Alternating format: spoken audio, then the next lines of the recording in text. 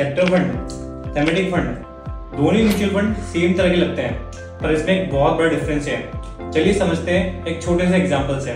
सोचो आपको technology sector बहुत पसंद है, या फिर ऐसा लगता है कि बैंकिंग सेक्टर में बूम आ सकता है। एक सेक्टर फंड एक पर्टिकुलर सेक्टर की कंपनी में इन्वेस्ट करता है, जैसे कि HDFC, SBI पर्टिकुलर किसी बैंकिंग सेक्टर फंड का पार्ट होते हैं। ये फंड काफी हाई रिस्क हाई रिवॉर्ड होते हैं, रिटर्न काफी अच्छा बनता है, बट अगर सेक्टर में कोई डाउनफॉल आया तो आपका पोर्टफोलियो काफी इंपैक्ट हो सकता है। दूसरी तरफ थीमेटिक फंड्स जो कि एक बिगर थिंग को रिप्रेजेंट करते हैं। For example digital India schemes और digital India funds, they represent IT companies, telecom companies, e-commerce companies और फिनटेक स्टार्टअप्स। ये फंड्स काफी डाइवर्सिफाइड होते हैं और एक ट्रेंड बेस्ड अप्रोच को फॉलो करते हैं। अगर एक सेक्टर स्लो चले तो दूसरा सेक्टर कवर अप कर सकता है। सेक्टर फंड्स काफी वोलेटाइल होते हैं बिकॉज उनका पूरा फोकस एक पर्टिकुलर सेक्टर पे होता है।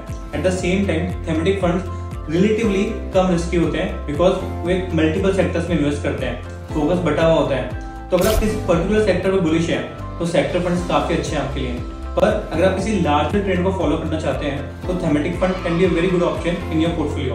तो आपको क्या लगता है किस फंड में ज्यादा पोटेंशियल है, सेक्टर फंड या थीमेटिक फंड? कमेंट सेक्शन में बताइए और ऐसे ही और वीडियोस के लिए फॉलो करें चॉइस को, बिकॉज ये है भरोसे की चॉइस।